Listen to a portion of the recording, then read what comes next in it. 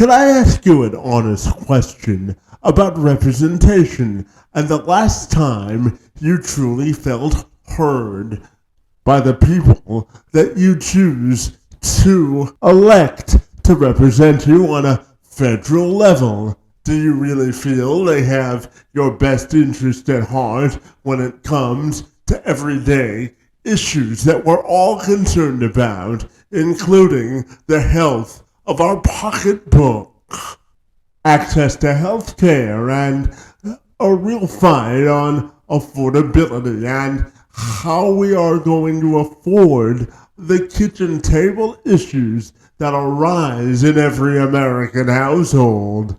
We'll re-examine such a notion in just a moment. But first, I want to draw your attention to some facts and figures that'll help you develop some context for this discussion. An October 2025 poll commissioned by the Detroit Regional Chamber of Commerce found 76% of Michiganders believe that they're paying more for groceries. 68% say that they are paying more for things like utilities. And 60% say that they're paying more for things like car and home insurance this year over last, and inflation continues to be a driving reason for economic concern, with 42% of registered voters in Michigan believing that the state's economy is on the wrong track.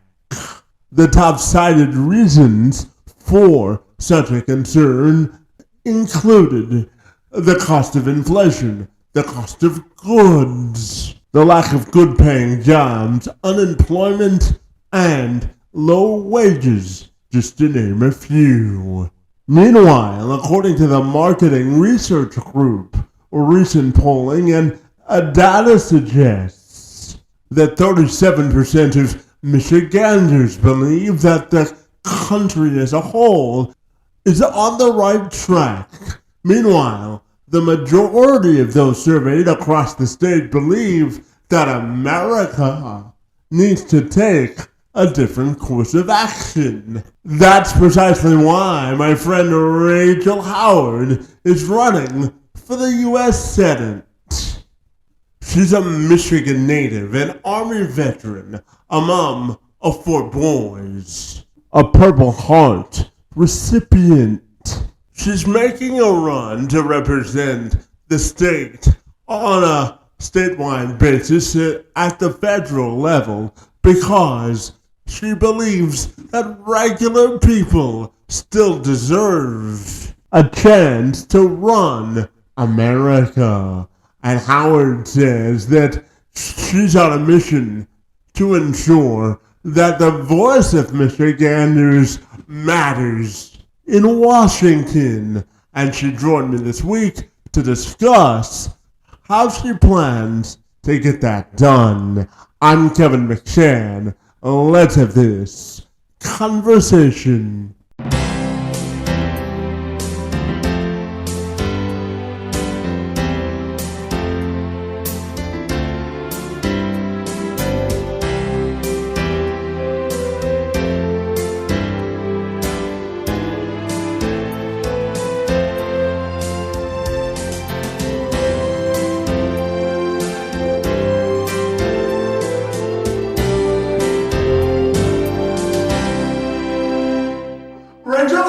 I'll take a moment to welcome you to the program, and I'm super excited to learn why in the world you want to run for Senate and represent the great people of Michigan. Great to see you, and happy Tuesday to you, my friend.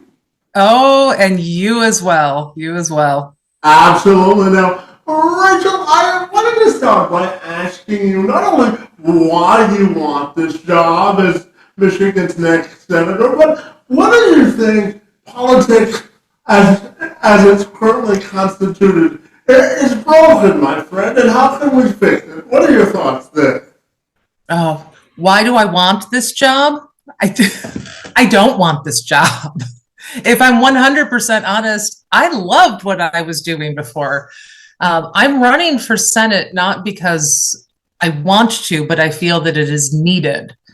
I've always grounded myself in service, and I feel that right now this is the service that the people of Michigan need. Is my perspective and my experience. So this is very much, I think, a need and not necessarily a want.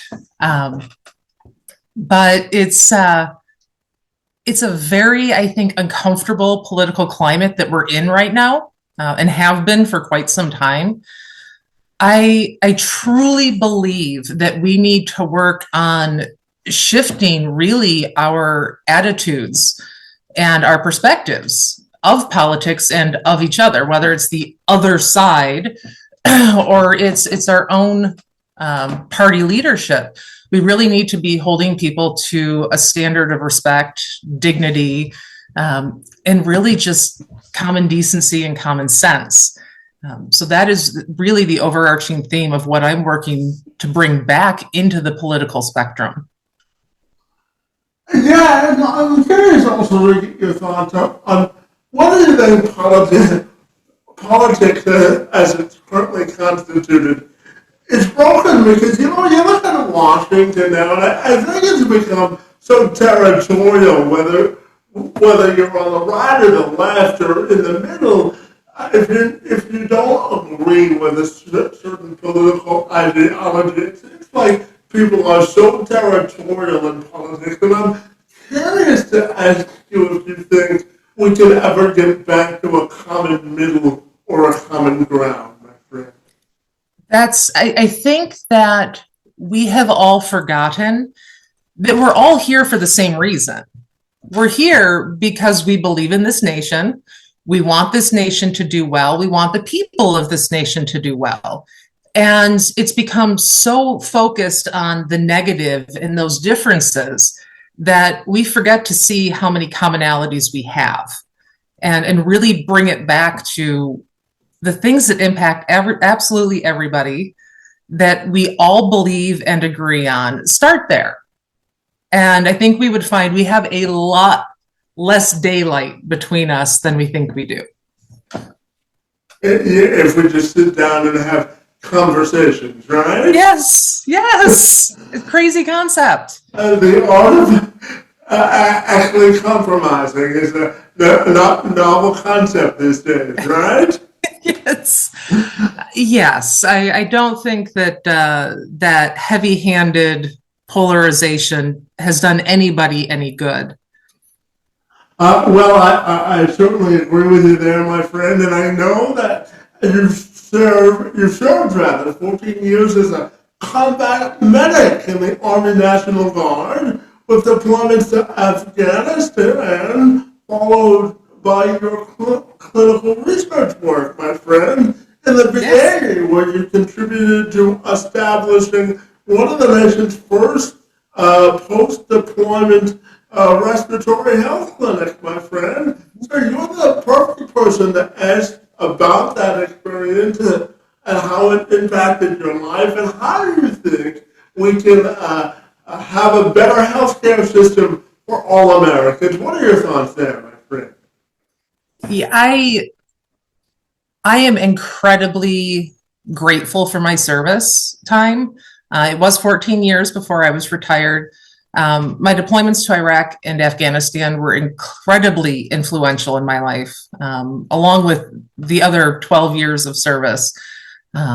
Those really, I think, guided my decision to get my degrees in my master's in social work and in public health, because I really wanted to keep contributing to just a larger mission of improving the nation. And when the opportunity arose for me to go to the Department of Veterans Affairs and work with their research department, it was the meeting of all the things that meant a lot to me. It was healthcare, it was research, and it was at an organization that I believe is truly critical. So going there was absolutely ideal in my world. In those experiences, I think really just kind of solidified the way that I view things. I was honored to be able to do these, but it also really reinforced the need for teamwork. In the military, there is no singular person. You have to rely on a team and expect people to do their job. You expect the person to your left, to your right, below you, above you, to all be working kind of in unison towards a common mission. And that's the only way things get done and get done well. And you see that same exact thing within our own healthcare systems here within the States, is that when things are incredibly fragmented the way that we are, whether it's within the healthcare system itself or within the organizations governing the healthcare system, we end up with a mission that ultimately either leaves people behind or fails entirely. I truly believe that our current model of healthcare cannot be sustained. We have tried it this way for decades. It doesn't work. It's getting worse. People are being left behind. Whether they're not getting the care that they need or they're getting it but can't afford it, both situations to me are unacceptable. I think that we can use some of the systems that we already have developed and working as models for how we can go forward and create a larger scale change within our healthcare system. You look at the VA. The VA is its own entity, it's its own healthcare system. And despite some of the controversies that have occurred over the years, the VA provides exceptional quality care. And it is a model that I think that we could look at for scaling to a larger population. We can also look at Medicare. And I believe one of the first steps that we can make in shifting us into a new model of healthcare is to kind of implement a Medicare buy-in, in which the Medicare system just eliminates the age requirement. And absolutely anybody can access and enroll in the Medicare system. It already exists, it's in place. There's no risk of swapping a system and having that growing pain where people could fall through the cracks. And it would allow us time to kind of evaluate how that's going, make sure we're addressing problems as they occur, and then consider scaling that into a larger, more universal healthcare system for the entire nation on just a broader basis. Yeah, and just because I'm interested in your perspective. So, Rachel, I was born with cerebral palsy, and I was told at the age of 9 that I wouldn't be able to walk. My friend, and when I graduated college, I was rejected 10 consecutive times by news directors who at the time told me even though that I was qualified because of my disability, they viewed me as a liability and they wouldn't hire me. And, Medicare and Medicaid predominantly serve seniors, those with low income, and those with disabilities. And I'm curious to get your thoughts on how we level the playing field for people with disabilities to get not only a more prosperous employment future, but an overall financially secure future as well. My friend, I'm curious to get your thoughts there. On how to create a kind of level playing field in employment for people who are either elderly or disabled. Is that the question? Essentially, yeah. Okay. I think it's important to recognize that absolutely everybody has incredible strengths and recognize what those strengths may be. We also all have barriers in some way, shape, or form. I know that I will never in my life be a mathematician because I just don't do well with complex math. It's incredibly important that we ensure that people have access to an incredibly diverse range of employment so that they can find where their strengths are and position themselves in places that they can be productive, that they can be happy, that they can be successful. And part of that, I think, starts simply with education. I think in our K through 12, we tend to really fall short on preparing people for what the next step is. I know for myself and most people that I know of my age, our graduation and preparation for the job market or what our future careers may be was they handed us a stack of a book about this thick and said, here, filter through this. It might give you some ideas on careers you're interested in. And I don't think that that's incredibly helpful, especially if you are someone that is dealing with other challenges. Making sure that we have in that K through 12 appropriate counseling services, education counseling services that are there to help you identify what your strengths and weaknesses are and help you understand what opportunities there may be for you within the job market, within employment, so that we can position people to actually go out and achieve the things that they want to achieve within the strengths and limitations that they have. That starts well before they ever graduate from high school, really exposing them to what those options may be. Yeah, absolutely. And my friend, you are a mom of 4 kids. You have 2 toddlers and 2 teenagers. And you're the perfect person to ask about, affordability, my friend, because as you know, the 2024 presidential election was a lot about affordability. The current administration said they were going to bring down costs on day one, and groceries and the price of beef, for example, is up, and inflation is still sort of where it was when President Biden left office, but things are more expensive now than they've ever been, my friend. So where's the disconnect between affordability, the average person, and how Washington interprets it? My friend, what are your thoughts there? I think we have a tendency to create metrics that we use to judge success or failure, growth or decline. But those metrics do not always really tell the whole story. For example, when we're talking about employment and we say the unemployment rate is X percent, we're not taking into account underemployment.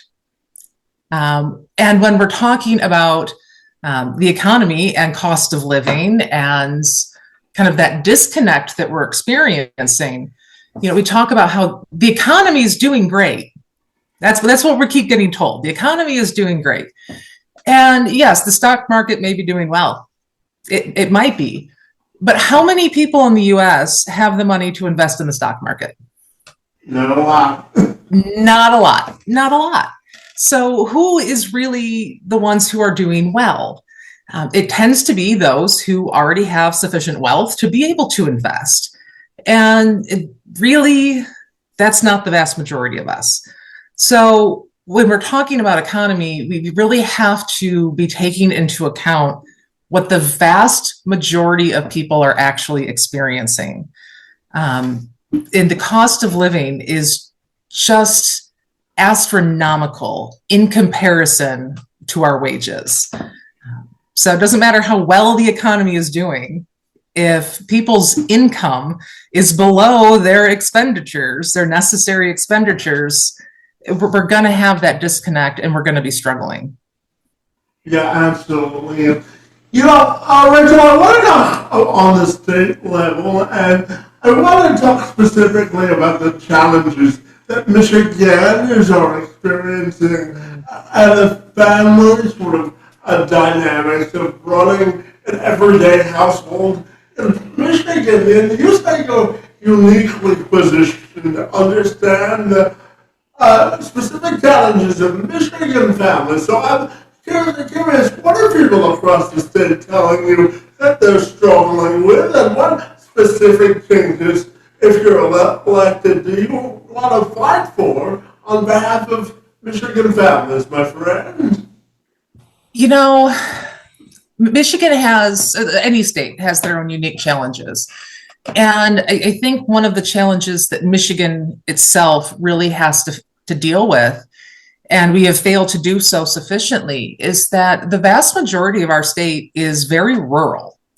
And it's not a small state. When you think all the way up to the UP and the tip of the UP border, this is a very large state. And the vast majority is a very rural area. It's really only southeastern Michigan that is urban, along with kind of a few dotted areas. But we spend the vast majority of our time really focusing on more urban and suburban issues. And that, I think, leaves a lot of our state in a state of neglect. Their issues are not necessarily being heard, and they're certainly not being addressed.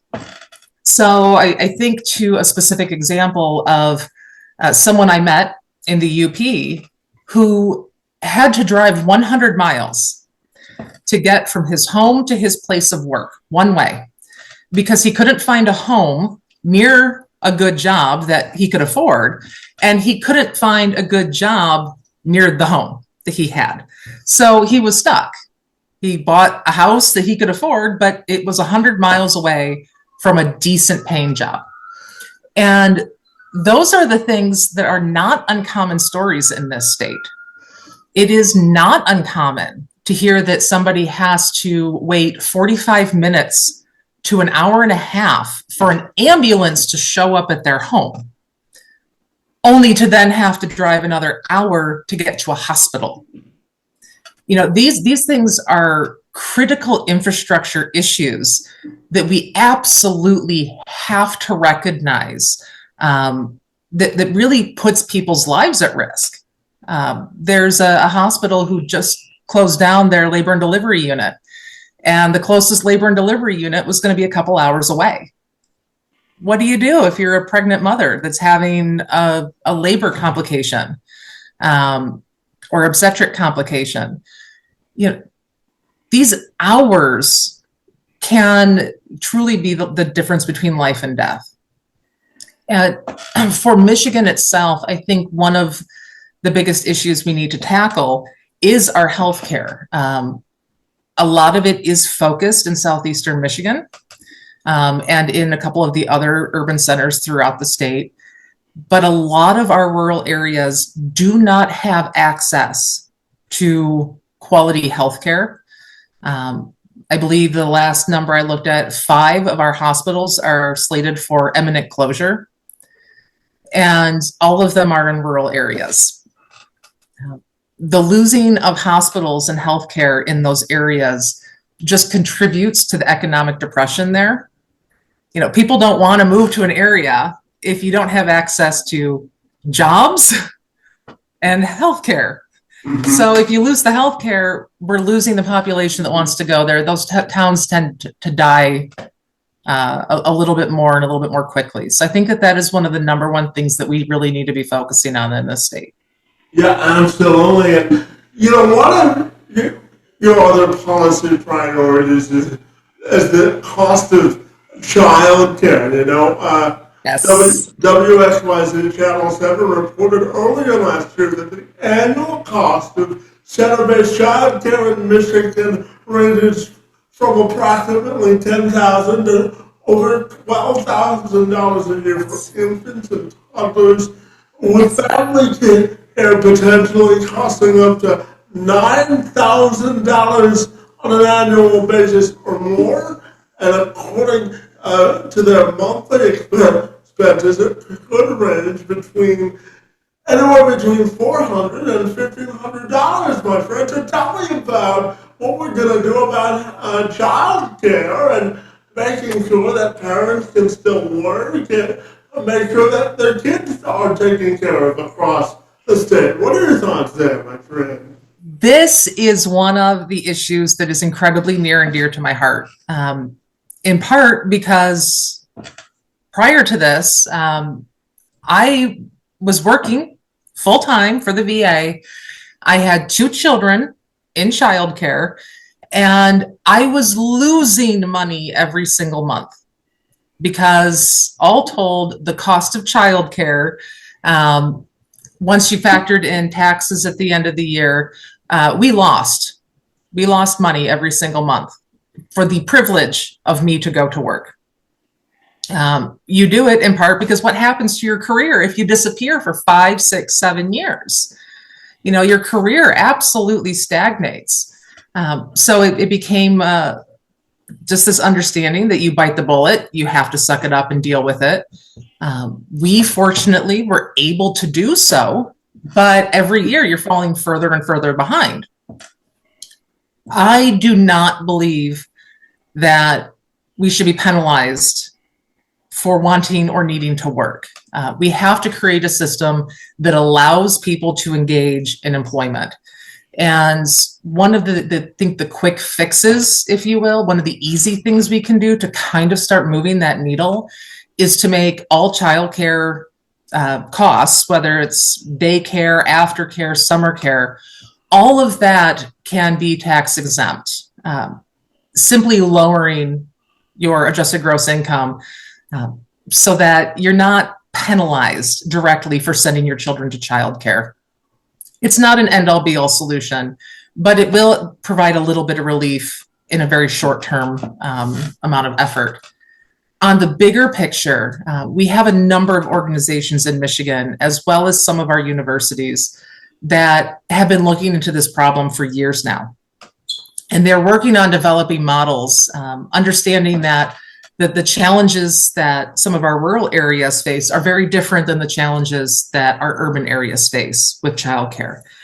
But looking at different models that we could explore for how can we ensure that there is childcare access that is also affordable, but ensure that our childcare providers are being appropriately compensated. Because when you look at the actual cost of childcare and what they are making, the profit margin on a childcare center is not impressive. They make enough to stay open and bring home some money, but they're not rolling in cash Scrooge McDuck style. Mm-hmm. Nor do we want our childcare professionals to be paid in subpar wages. These are our children. So working with some of these newer models that are being developed and identifying how we can both support childcare centers or providers while simultaneously trying to lower some of the costs on the consumer end, that is in the process of being explored by a number of agencies, like I said, and I'm following what their outcomes are going to be on some of their pilot programs before I throw in on which ones I think will be most effective. Well, I tell you, my friend, as a journalist at heart, there's nothing wrong with a little bit of research before you formulate an opinion, right? Yes. Absolutely. Right, so I know that one of the reasons you're doing this is because you want to restore common sense into national politics, and one of the ways you think we can do that is by getting corporate money out of politics. So I've got a two-part question for you. I'm curious to get your thoughts on how we restore common sense in national politics, and how can we get corporate money and greed out of politics as well, my friend? What are your thoughts there? You know what? You present it kind of as two separate questions, but I think that they're actually really closely tied together. Starting with money and politics.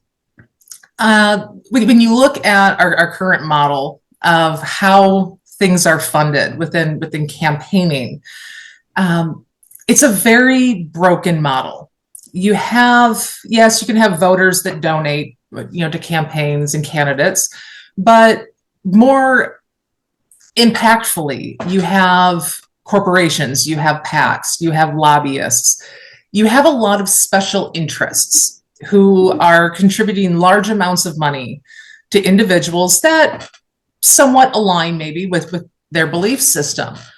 But my concern with all of this is the more money somebody gives a candidate, to support their campaign and increase their chances of getting into office, the more assumption there is that they will then return the favor. I don't think that this is a recipe for common sense legislation. I believe that that is a recipe for very biased legislation in which you're making decisions that are going to benefit your benefactors. Not to say that, you know, you can get money out of politics entirely, because that's not possible. You know, people still have to pay for campaigns. Advertising services cost money. Business cards cost money. Running an office, it all costs money. But I think the more layers that we can add between a donor and a candidate themselves, the better. And just as an example, a model, something similar to everybody who wants to donate money to campaigns donates to a general pot. And that general pot of money is then equally distributed amongst all declared candidates by a certain date. That, while I'm sure there are flaws to that system as well, that sort of method would encourage a little more dilution of the impact of the money itself, the donation money itself, on the candidates, but also allow for a larger pool of candidates to enter races. You know, we have a system in which, kind of, unless you're already in politics, unless you're already in an office, it's very hard to take office. We generally kind of bring people up and cultivate them within the parties. But there are a lot of people in this nation who have fantastic insight, who have wonderful ideas, and they never actually get to a place where those ideas are heard or implemented. And creating a more level playing field, I think, would widen the pool of candidates that we have for voters to really be looking at. Yeah, absolutely. And, you know, Rachel, I'm curious to ask you about, you know, VA funding again, because, you know, I'm reminded about what Chris Murphy said earlier last year about how the VA is sort of significantly overspending, and they need, according to the House Appropriations Committee, they need about $15 billion more than what they had originally projected just to cover the basic expenses of the department, my friend. So how do we make sure that the people that we elect and appoint to office spend the money that's appropriated? And how can we make sure that they remain disciplined at the VA, my friend? Because that's important work, and I know that you have an intimate knowledge of how that works. So I'm curious to get your opinion, my friend. I think the VA, like any organization within the government, you have a budget. you try to stick to said budget, but things come up that you weren't necessarily anticipating. So I understand sometimes the need for a shift in budgeting, especially with some of the changes they had, like the implementation of the PACT Act and a huge surge in enrollment with the VA. I think that we need to be a little more attentive to some of the yearly reports and be a little more accountable. Every single agency has a plethora of year-end reports that come out that talk about how effective they were, how much money they spent, what that money was spent on. And instead of doing what I think we have a tendency to do, which is gloss over those reports, rubber stamp things and say, yes, I support whatever the VA wants to do, or I don't support anything the VA wants to do. We really need to be looking at where our spending is, and we need to ensure that what we're spending money on is giving us an appropriate return on investment. Ultimately, we are stewards of taxpayers' money, which means we need to be very responsible with it. From working in the VA, I know there are areas that the VA could improve services, or where they could refine programs to maybe be more effective. That's true of almost any agency. But you don't necessarily know where those areas of improvement are if you're not doing an honest review of the entirety of the organization as a whole on a revolving basis, a continuing basis. The government is nothing if not a series of programs. And part of programs is ensuring that there is continuous program evaluation, that it's doing what it is it was supposed to do. And I expect there to be bumps in the road for things to be like, you know what, this was a great idea. It's not turning out the way we expected, though. So let's change it. Let's revise it. We're spending too much money on it. Maybe there's a way that we can roll it into something else, cut those funds, and still meet the mission. So I think just being really more attentive, being more scrupulous and what's actually occurring, and continuously doing that program evaluation that just needs to happen. Yeah, and I would be remiss if I didn't ask you about the major national headline of the week and what's going on in Venezuela and the U.S. involvement in it, and the Trump administration's approach to it, my friends. So you can take that question and interact in your life, my friend. Venezuela, yes, it has been all over everything these days. So Venezuela is, to me, it's an incredibly messy situation. When we look at, if the question is, do I support the action? It reminds me very much of like a Panama situation. Do I think that Maduro is a good individual? No. Do I think that there was an indictment against him? Yes. We have no extradition treaty with Venezuela. We have no agreements with them in any way, shape, or form. So was anything illegal done? I don't know. I have not seen evidence of anything illegal. There was a recognized government currently in exile that asked for this assistance. We didn't violate any treaties. I've talked to lawyers about this, and they themselves can't explain to me what may have specifically been illegal. What I think concerns me about Venezuela is not necessarily the action that was taken, but the narrative that is being given and the justification in how we're approaching this. If this is an effort that was undertaken to assist an exiled, recognized leader to kind of regain control of their country and to support them in their efforts, that is a very different narrative than we're going in to take an individual and kind of overtake and run a country and manage things how we want them to be managed simply because we can and we want to. Those are two very different reasons. And I think in this particular instance, context really matters. And I have not heard a very good justification for the action. It makes me uncomfortable. But can I say it was illegal? Not at this point.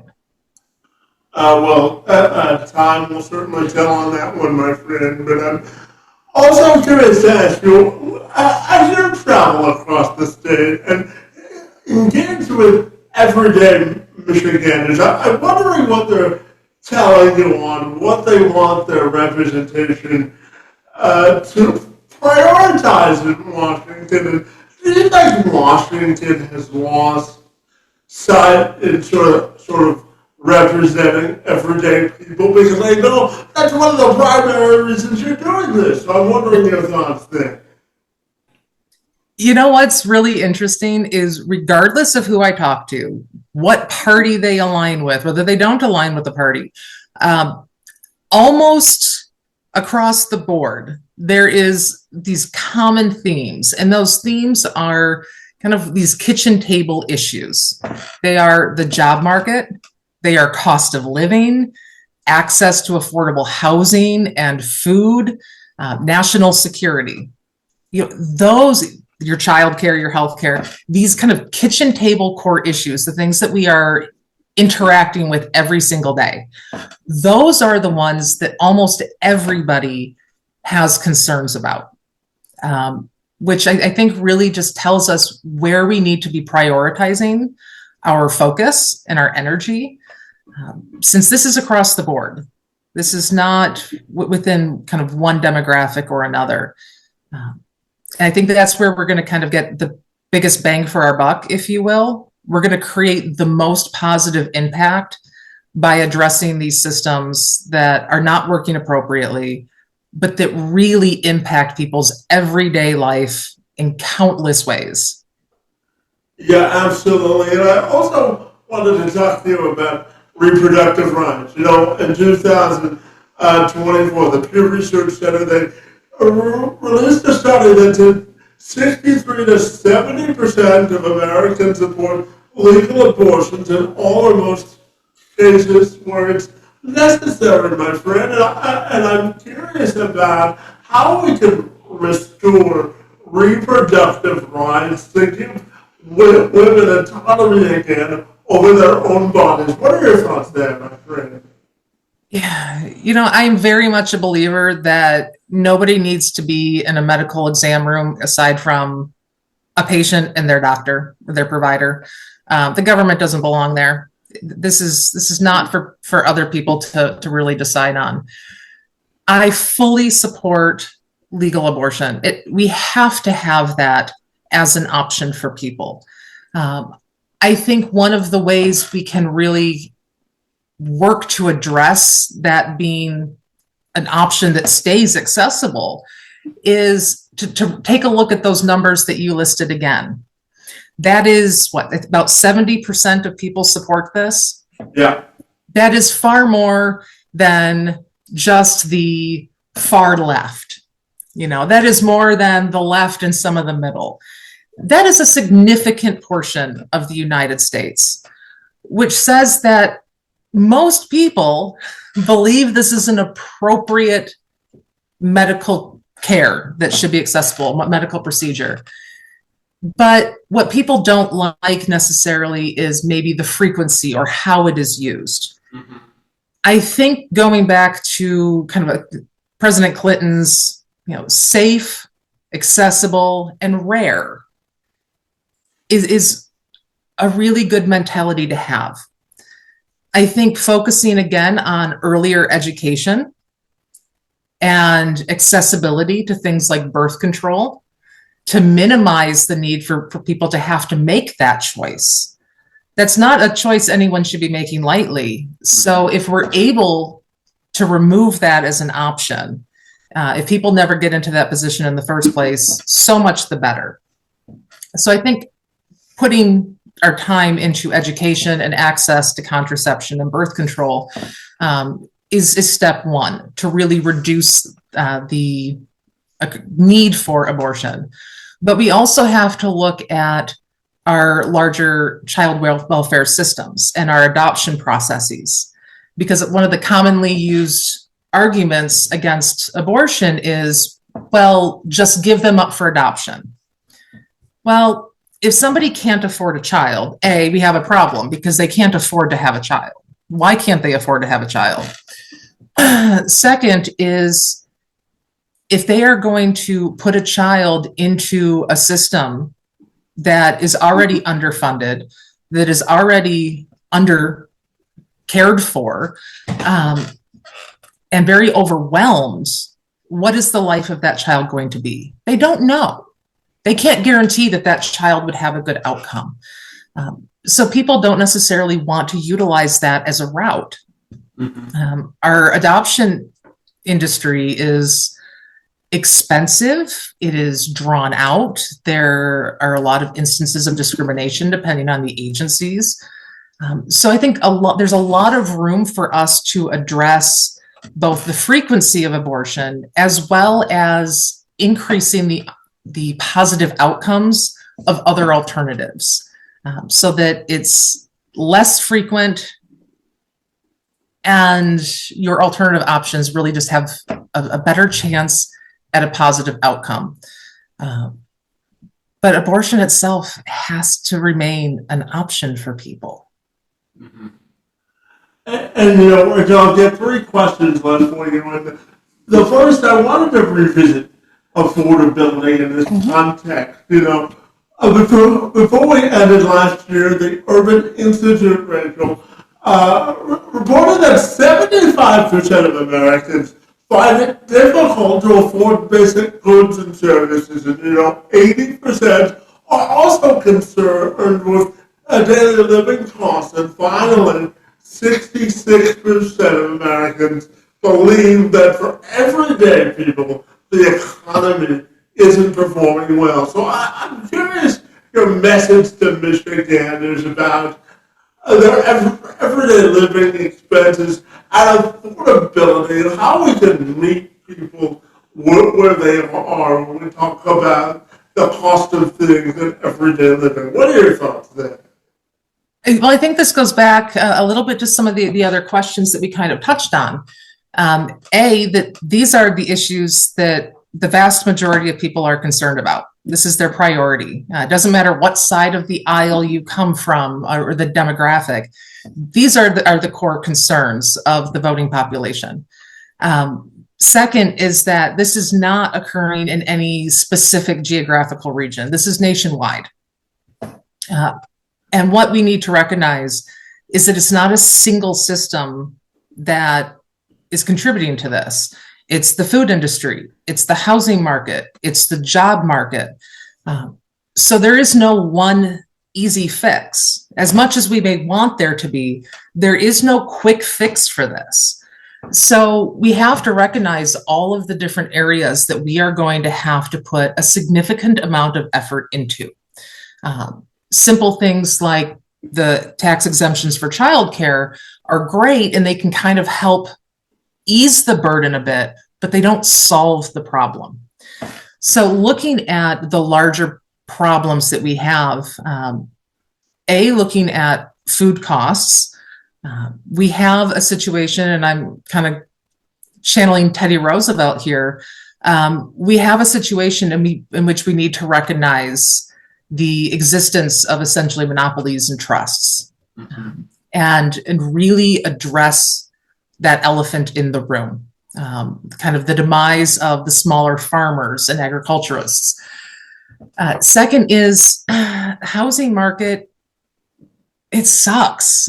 There's no easy way to put it. Mm-hmm. There are a lot of issues that we have there, ranging from your short-term rentals in some areas to just lack of reliable housing in others. Some of our smaller towns, a lot of these homes are very derelict. They need a lot of money to go into, but trying to get a loan for these homes is very difficult because of the state that they're in. Straight on through to the mortgage interest rates, which are very much impacted by the 10-year note and our federal deficit, which is going up even more. So we really have to break it down and look at each system that is feeding into the cost of living, and then the factors that feed into those issues, identifying ways that we can really fix it at the root. Things like addressing the short-term capital gains tax, to be able to buy and flip homes, pricing out your lower to middle income purchaser. There should be a capital gains tax on that short term, but that doesn't exist. So how do we make this a little bit more fair? How do we make it more effective and affordable for everybody? You got to break it down by specific issue, but there are a lot of things we can do short term to make it a little more comfortable while we are creating the long-term plans to really create more impactful, long-lasting change.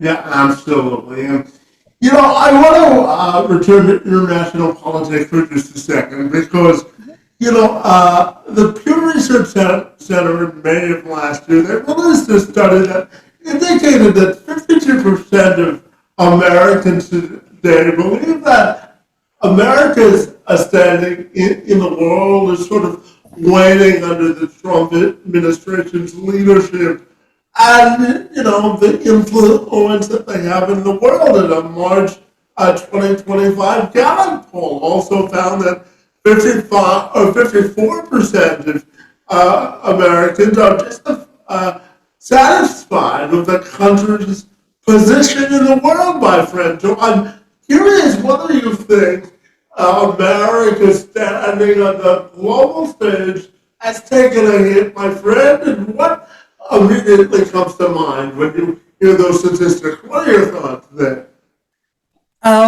I'm actually surprised the numbers aren't higher than that. Fair enough. I'm actually surprised. My perspective on this, and just putting it bluntly, is that I feel like we put off an air of a hormonal teenager with access to a trust fund. That's the air that I feel that we put off. We swing from one extreme to the other every couple of years.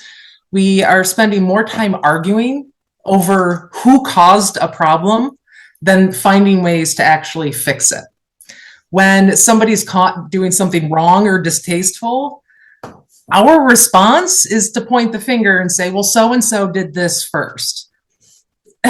Is it any wonder why the world doesn't necessarily see us in a respectful air or take us seriously? We're not taking ourselves seriously. So how do we expect them to? I'm a believer that respect, it has to be earned. You can't demand it.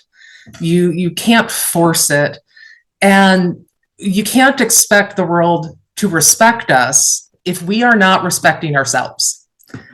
And we have spent years now, decades, becoming more and more disrespectful to one another, to ourselves, while simultaneously expecting the world to continue to give us our accolades. And that's very unrealistic.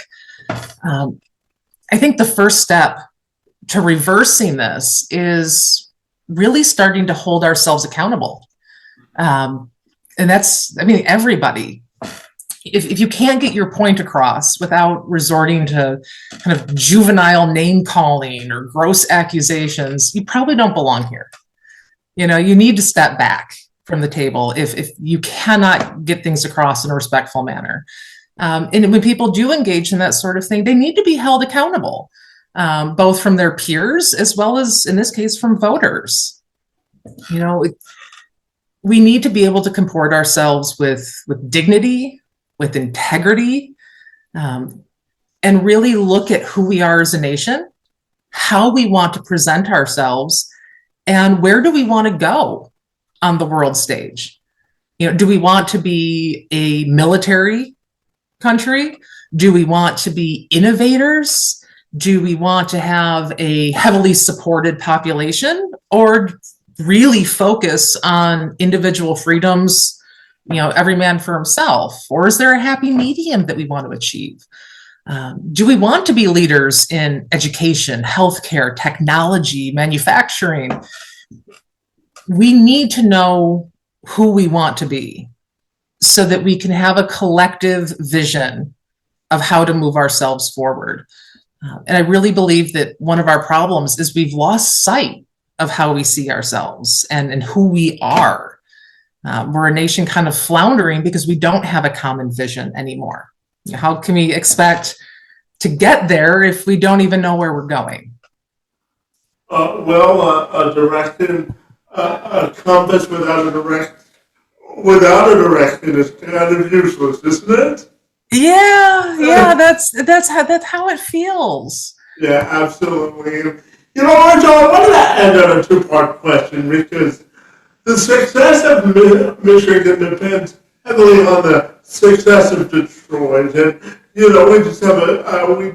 just had the appointment of the city's first female mayor and first female African American mayor, and I'm curious, how do you view the success of Detroit in connection to the success of Michigan? I wanted to tie it to your own sort of individual legacy and how you want people to view you from a legacy perspective if you're able to win the Senate seat. And even if you're not, how do you want people to remember the impact that you had on their lives? So you can take that two-part question in any direction you wish, my friend. All right, so two-part question. Legacy was the second. What was the first part? Just how the success of the city of Detroit is tied to the success of Michigan as a state. Yeah. So anyone who has ever been to Detroit can say that it is absolutely transformed from where it was, say, back in the 90s. Detroit, it really has had a resurgence, and they've been doing wonderfully. I'm thrilled and excited to see them continue to go forward.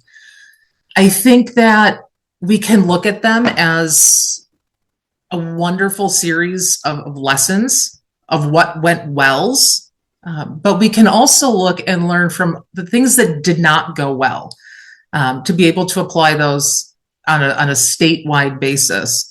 Again, because Detroit is the heart of our urban centers, it doesn't necessarily allow for a one-to-one translation to much of the state, but I think it shows that the power that we have when we all have a dedicated mission and we put forth the effort and the work, the outcome is totally worth it.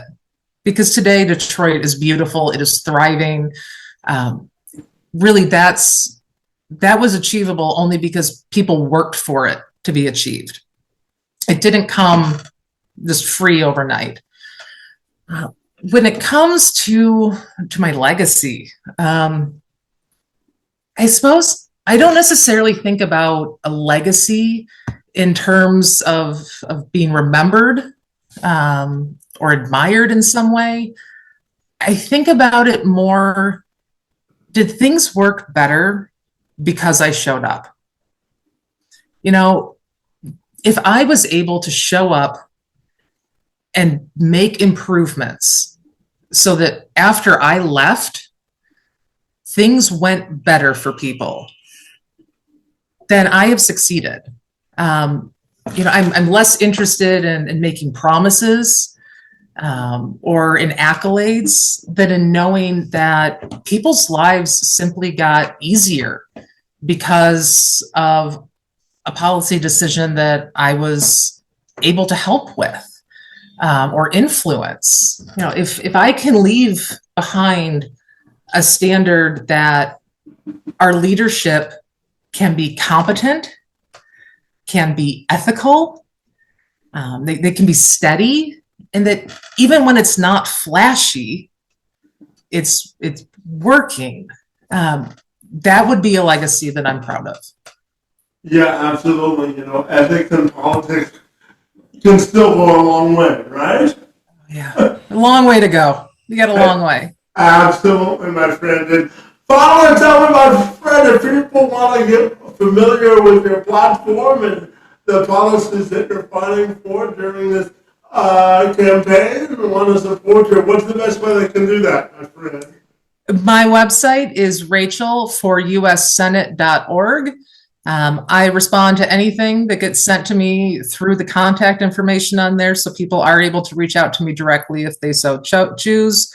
I got my platform on there, and I'm happy to answer questions if people want more clarification.